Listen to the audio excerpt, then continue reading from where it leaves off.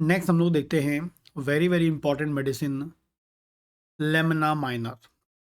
Lemna minor ये भी बहुत ही इफ़ेक्टिव मेडिसिन है। खासकर आपको याद रखना है कि आपके ये जो नोज़ है, ये जो आपकी नोज़ है, इतना पार्ट है, इस पार्ट में बहुत ही इफ़ेक्टिव रोल प्ले मतलब खासकर आपको याद रखना है इस पार्ट के लिए मेडिसिन है। ठीक? तो आप जो है नोज़ की जो म्यूकस मेम्ब्रेन है, यहाँ की जो म्यूकस मेम्ब्रेन है, वहाँ की इन्फ्लेमेशन मतलब नेज़ल म्यूकोसा की इन्फ्लेमेशन के लिए लाजवाब मेडिसिन है। नेज़ल म्यूकोसा के इन्फ्लेमेशन के लिए लाजवाब मेडिसिन है। अब कैसे अब इसको आप पेशेंट को दे सकते हैं, किस-किस क्लिनिकल कंडीशन में आप पेशेंट को देंगे, कौन-सी ऐसी क्लिनिकल कंडीशन है जब आप लेमना माइनर को यूज़ करेंगे। तो पहली हम बात करते हैं नेज़ल पॉलिप। यदि यदि किसी की नेज़ल म्यूकोसा में लंबे समय से इन्फ्लेमेशन होता है, लंबे समय से इन्फ्लेमेशन होता है और वो लंबे समय से जब इन्फ्लेमेशन होता है तो उससे क्या होता है नेज़ल म्यूकोसा में अंदर की ओर ऐसी छोटी-छोटी बैग, छोटी-छोटी थैलीनुमा आकृति बन जाती हैं। इसे हम बोलते हैं नेज़ल पॉलिप, जिसे हम क्या बोलते हैं नेज़ल पॉलिप बोलते हैं। तो आपको फिर से याद रखना है यदि आपके नेज़ल म्यूकोसा में लंबे समय से इन्फ्लेमेशन होता है और लगातार इन्फ्लेमेशन होता है और जिस कारण से छोटे-छोटे बैग, पानी वाले बैग बन जाते हैं अंदर, जिसे हम बोलते हैं नेज़ल पॉलिप बोलते हैं। उन नेज़ल पॉलिप के लिए उस ले नेज़ल पॉलिप के लिए बहुत ही इम्पोर्टेंट मेडिसिन है लेमना माइनर। तो लेमना माइनर को आप यूज़ कर सकते हैं नेज़ल पॉलिप के लिए, इसके लिए बहुत ही इफ़ेक्टिव रोल प्ले करती है। इसके अलावा बात करेंगे यदि नेज़ल पॉलिप के कारण या inflammation of nasal mucosa mucosa में यदि इन्फ्लेमेशन है, उस कारण से नोज़ ब्लॉक हो रही है। नोज़ ब्लॉक मतलब नोज़ में ऑब्स्ट्रक्शन हो रहा है, नेज़ल ऑब्स्ट्रक्शन हो रहा है। नेज़ल ऑब्स्ट्रक्शन हो रहा है, हो सकता है वो किस कारण से हो आपके जो पॉलिप बने उस कारण से हो या इन्फ्लेमेशन के कारण हो, तब आप यूज़ कर सकते हैं लेमना माइनर। आपको जो पॉलिप हो गए हैं उससे आपको नेज़ल ऑब्स्ट्रक्शन मिलता है तो आप यूज़ कर सकते हैं, दे सकते हैं अपने पेशेंट को लेमना माइनर। आगे बात करते हैं कई बार इन नेज़ल ऑब्स्ट्रक्शन के कारण ड्यू टू पॉलिप्स के कारण नेज़ल ऑब्स्ट्रक्शन हो गया, नेज़ल ऑब्स्ट्रक्शन के कारण कई बार क्या होता है अस्थमैटिक अस्थमैटिक सिम्पटम मिलते हैं, एकदम से दम घुटने लगता है, नाक बंद होने लगती है, साँस लेने में तकलीफ़ होती है, तो ऐसी कंडीशन भी मिलती है, तो आप यूज़ करते हैं लेमना माइनर, तो लेमना माइनर आप वहाँ पर दे सकते हैं। इसके अलावा बात करते हैं एट्रोफिक राइनाइटिस। एट्रोफिक राइनाइटिस मतलब एट्रोफिक मतलब क्या होता है? एट्रोफी मतलब कमी। ठीक है? तो एग्ज़ैक्टली एट्रोफिक राइनाइटिस का मतलब ये है कि जब आपके नेज़ल म्यूकोसा की जो मोटाई है या नेज़ल म्यूकोसा की जो अंदर की जो लेयर है, जो मोटाई है, वो कम होने लगे। वेरी, वेरी इंपॉर्टेंट पॉइंट ये आपको याद रखना है। हमने बोला इन्फ्लेमेशन हो रहा है, साथ में ड्यू टू इन्फ्लेमेशन होता है या इन्फ्लेमेटरी डिज़ीज़ के कारण क्या होता है, जो नेज़ल म्यूकोसा जो होती है, वो जो उसकी मोटाई है, एक नॉर्मल मोटाई है, वो नॉर्मल मोटाई में ना होकर पतली हो जाती है। मतलब एट्रोफी मतलब नेज़ल म्यूकोसा की एट्रोफी होने लगे, यदि नेज़ल म्यूकोसा की कमी होने लगे, जिससे क्या होगा, जो नॉर्मल पोर होता है, वो बड़ा दिखेगा क्योंकि जो नेज़ल म्यूकोसा की जो मोटाई थी, वो खत्म हो चुकी है। तो ड्यू टू इन्फ्लेमेशन क्या होगा, इन्फेक्टिव डिज़ीज़ जो होगा, इन्फ्लेमेटरी चेंजेस के कारण क्या होगा, वहाँ पर जो नेज़ल म्यूकोसा है, वो कैसा होगा, बिल्कुल नहीं मिलेगा आपको, एकदम आपको क्या मिलेगी, नेज़ल म्यूकोसा में ड्राइनेस मिलेगी, एक चीज़ मिलेगी, साथ में क्या मिलेगी, जो उसकी थिकनेस है, जो मोटाई है, वो नहीं मिलेगी, जिस कारण से आप देख पाएँगे कई बार जो नाक का पोर है, वो बड़ा दिखेगा आपको, ठीक है? अंदर आप देखेंगे नेज़ल म्यूकोसा है ही नहीं। बिल्कुल ना के बराबर आपको दिखेगी, एट्रोफी मिल रही है।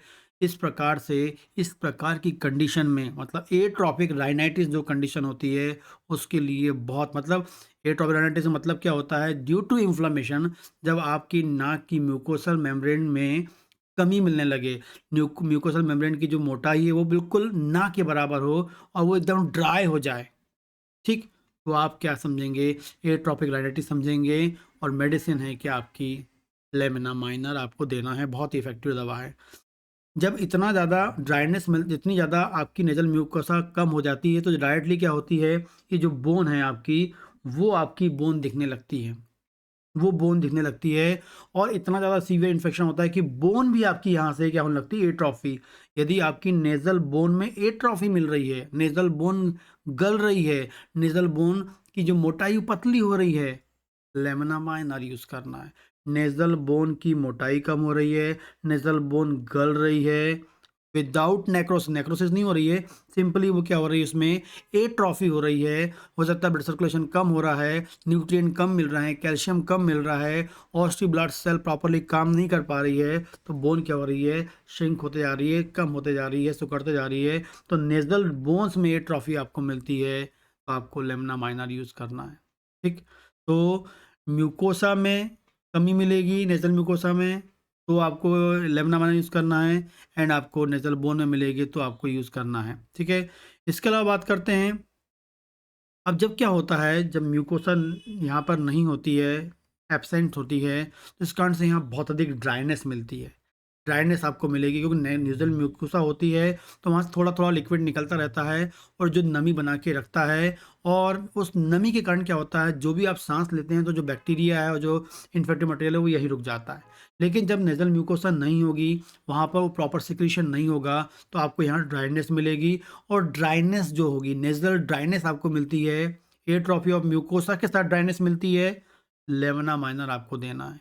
यदि एट्रोफी के साथ ड्राइनेस मिलती है और साथ में नाक से गंदी बदबू आ रही है, नाक से गंदी बदबू आ रही है, क्योंकि म्यूकोसल डिस्चार्ज जो होता है वो वहाँ के नमी को मेंटेन करता है और गंदी बदबू को रोकता है, ठीक है, एक प्रकार से। लेकिन यदि वहाँ सिक्रेशन होगा नहीं, म्यूकोसा होगी नहीं, तो जो भी बैक्टीरिया इन्फेक्शन वहाँ पर आप इनहेल कर रहे हैं वहाँ जमा होगा और फाइनली वो गंदी बदबू पैदा करें। नाक से यदि गंदी बदबू आ रही है, नेज़ल म्यूकोसा ड्राइनेस है और गंदी बदबू भी आ रही है, यदि आपको अकेले हम बात करें नाक से गंदी बदबू आ रही है, तब भी आप लेमना माइनर यूज़ कर सकते हैं।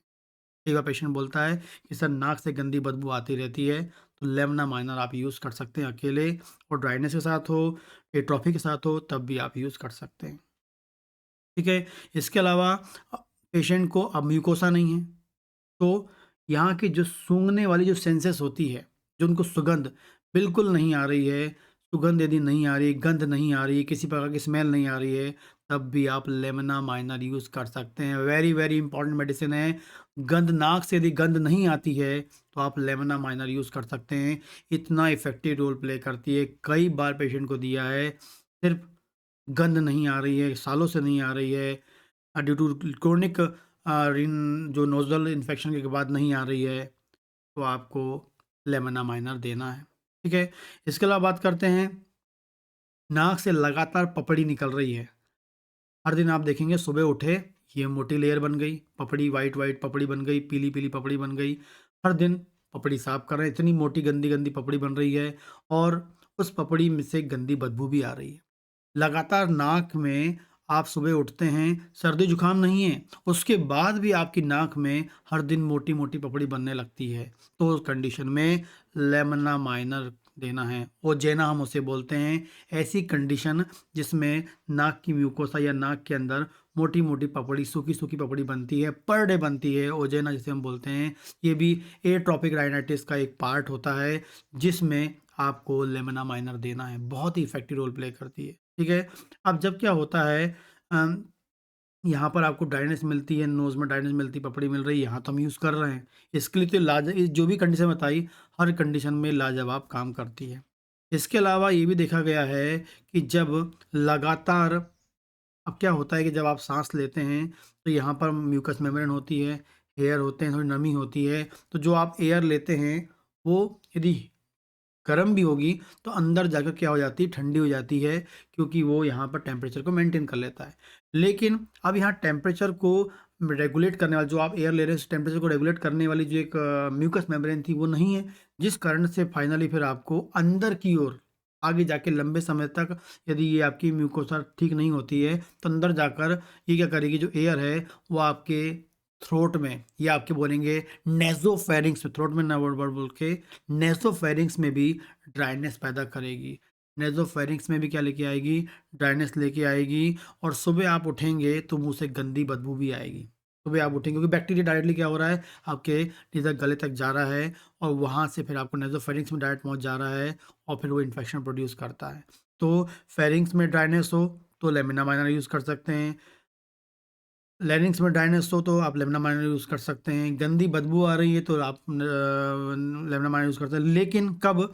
जब आपकी यहाँ की म्यूकोसा में ड्राइनेस हो, उस कारण से अंदर हो रहा है, तब आप लेमिना माइनर यूज़ करें। आपको यहाँ ड्राइनेस मिले, अंदर साथ में ड्राइनेस मिले, तो आप लेमिना माइनर यूज़ कर सकते हैं। इस प्रकार से लेमिना माइनर को आप यूज़ कर सकते हैं। ये पोटेंसी के फॉर्म में भी अवेलेबल है मार्केट में। 6 पोटेंसी मिल जाती है, 30 में मिल जाती है, 200 में मिल जाती है, 1 एम में भी है, मदर टिंचर के फॉर्म में भी अवेलेबल है। आप इसको यूज़ कर सकते हैं, जो पोटेंसी आप यूज़ करना चाहते हैं, जिस प्रकार से आपका ट्रीटमेंट है। लेकिन इस तरीके से इन क्लिनिकल कंडीशंस में आपको लेमिना माइनर यूज़ करना है, और इस क्लिनिकल कंडीशन के लिए लेमिना माइनर को आपको दिमाग में रखना चाहिए। ये अपनी क्लिनिकल प्रैक्टिस में इस तरीके से आप इसको यूज़ कर सकते हैं, ठीक है? इसके अलावा यदि आप फर्स्ट ईयर के स्टूडेंट हैं तो मटरी-मेडी का आप मेरा कोर्स जॉइन कर सकते हैं। आप मेरे चैनल में जाकर ये आप देखेंगे, वहाँ पर आपको एप्लीकेशन का एक लिंक मिल जाएगा। लिंक इंस्टॉल कर लीजिए। उसमें आपको फर्स्ट ईयर में मटेरियल का, जो अभी रिसेंट में एडमिशन लिए उनके लिए फर्स्ट ईयर का मटेरियल का है। लेकिन जिनका पहले का एडमिशन है, जिनको फर्स्ट ईयर में मटेरियल का नहीं था, वो लोग भी ये अलग कोर्स ज्वाइन कर सकते हैं। उनके लिए भी ये कोर्स है। फिर वैसे ही ऑर्गेन ऑफ मेडिसिन का है, फिर आपका फिजियोलॉजी का है, सेकेंड ईयर में जाएंगे जनरल पैथोलॉजी का है, थर्ड ईयर में जाएंगे आप गायनेकोलॉजी का है। एंड इंटर्नशिप के लिए आप क्लिनिकल प्रैक्टिस के लिए 12 टिश्यू रेमेडीज़ का यूज़ कर सकते हैं और अपनी क्लिनिकल प्रैक्टिस को इम्प्रूव कर सकते हैं, ठीक।